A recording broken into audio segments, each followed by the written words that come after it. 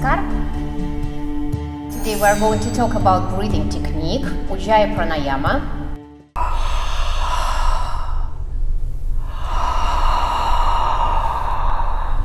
And I am here in Monterey Yoga studio with Heleen Zondag Williams. First interview you will see in the end the little screen which you can push and see the first interview. And I'm Anna Bobikova, and welcome to AB Lifetime channel about mental health. What does it mean? What does it mean, Ujjai Pranayama? Ujjayi Pranayama means victorious breath. Ujjaya means victorious, pranayama, breath. And often it's translated into breathing with sound. So you would have your mouth closed and you would breathe through your nose, and you're creating a sound in the back of your throat. And this type of breath brings more oxygen into the body. And I'll explain a little bit later how that works. But it's a bigger opening of the throat. So the airway is bigger and you can take more oxygen in. It's beneficial to your yoga practice, or at any time, of course, in your life. But that's pretty much what it does. And then it means that we go into the next question, which is, so what are the benefits of doing Ujjai Pranayama? So Ujjai Pranayama is used in the Ashtanga practice. And Ashtanga, you move your body a lot, you do a lot of yoga asanas. If you would do them without enough airflow, it would be very difficult. Sometimes in a class we hear people grunting or huffing and puffing or like these kinds of sounds when it's hard. That means that their airways are not open. They're holding their breath, or the glottis in the throat is being closed off. So you can try this by closing your throat. If you close your throat, you can't breathe. So if you relax the glottis and keep your throat very open, the airway is bigger and you can take in more oxygen. The sound that is created by the air with the friction of the glottis. So that's what's happening physiologically. This breath also, when you take the air in, the air through that friction with the glottis, the air is being warmed up. So the air enters into the body already a little warmer, which helps you move your body easier. So that's all physiological. All right. Oh, thank you for explaining that. When people can use this type of breath? I mean, just regular on the regular basis, everyday life situations when people can use that? Yeah. So we use it in the yoga, but you can use it pretty much any time. When you breathe this technique, when you start it, it actually instantaneously, calms you down. It brings a centering of your breath, you're focused on it, and your whole body and your nervous system calms down. Right. When I started Ashtanga Yoga, I had to learn this technique too, but I noticed that throughout the day, I would use it more and more, even when I'm walking, hiking, or when I'm standing in line somewhere at a store, just practicing. And now I use it all the time, just to bring myself back to myself. When I'm very distracted or my mind is very busy, I just take a few deep Ujjayi breaths and I'm back in my center. So any time would be the answer. And what how I see that too, and what I usually, when I work with my clients and we learn this technique too, I usually say the main thing, just remember about that. There is no ways, if you, for example, if you are anxious and you start to use this breath, there is no ways that you will keep anxious. If you are still anxious, it means that just breathe this way more. It means not enough, right?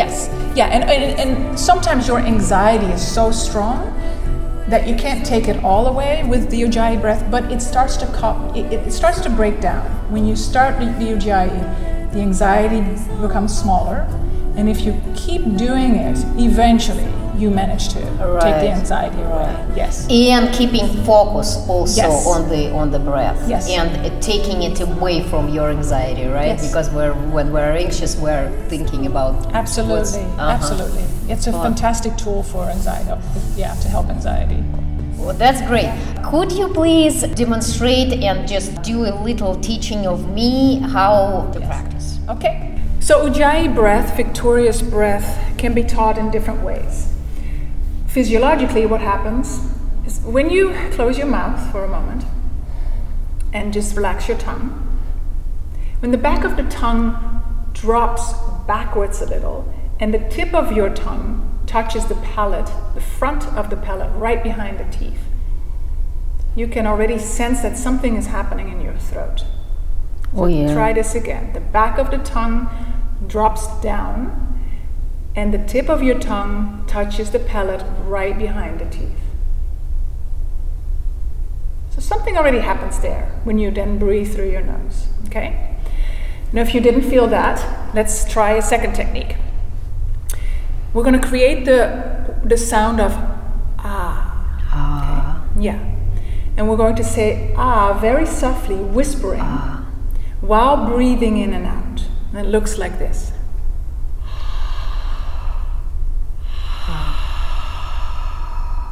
Keep going, breathing in and out with your mouth open, whispering. You can close your eyes too, so you can hear your own breath a little better. Closing the eyes makes you go more internal. Good, so when you feel that you have this rhythm, close the lips, but keep the sound. So Anna has it. Yes, of course she has practiced before. If you don't get it with closing the mouth, open your mouth again, whisper.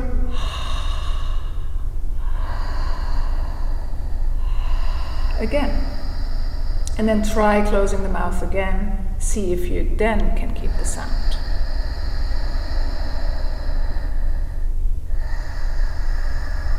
So Anna is creating a beautiful Ujjayi sound. Let's take one more.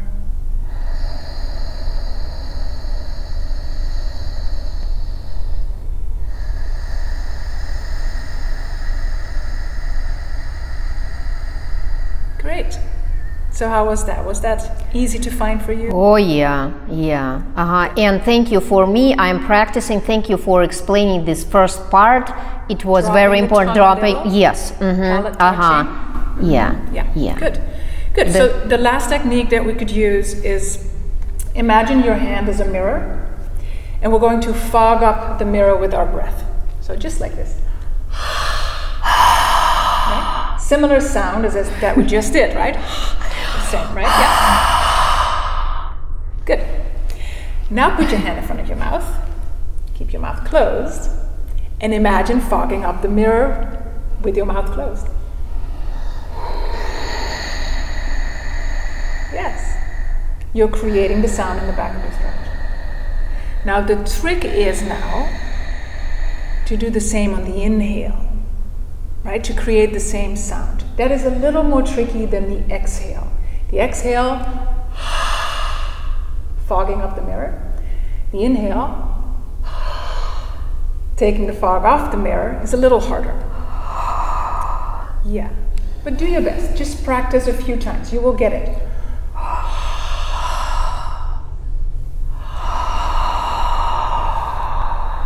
See how Anna is adjusting her posture? That's actually a good point.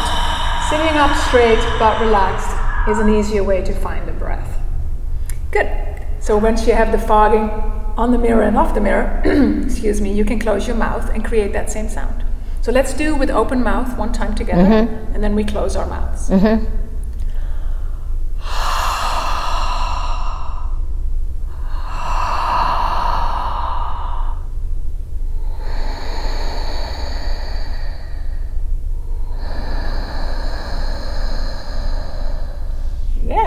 You got it. Wow. How easy. Wow, it is. And right? Thank you for these techniques. Yeah. I never knew that techniques. Does that make sense? Yeah, and it's very fun. But this mirror is just very... The mirror is funny. But yes. It's a very recognizable tool. Yeah. And maybe a little easier than the ah sound. Because everybody knows how to follow a glass or a mirror. Right. Yeah. All right. Good. I'll try one more time. Just. Sure. And let's listen to her breath.